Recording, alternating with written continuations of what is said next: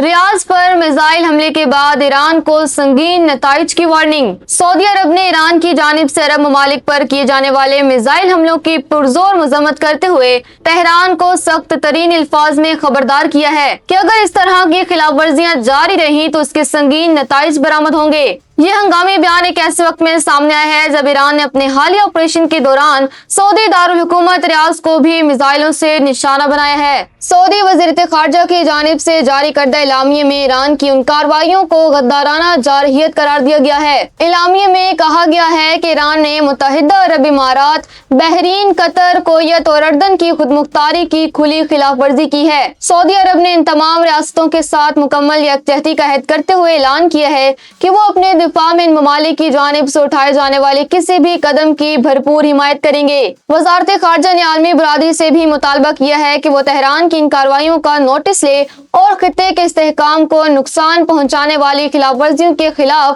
فیصلہ کن اقدامات کرے۔ سعودی حکام کا کہنا ہے کہ مملکت کی سلامتی پر کوئی سمجھوتہ نہیں کیا جائے گا اور ہر قسم کی جارحیت کا بھرپور جواب دیا جائے گا۔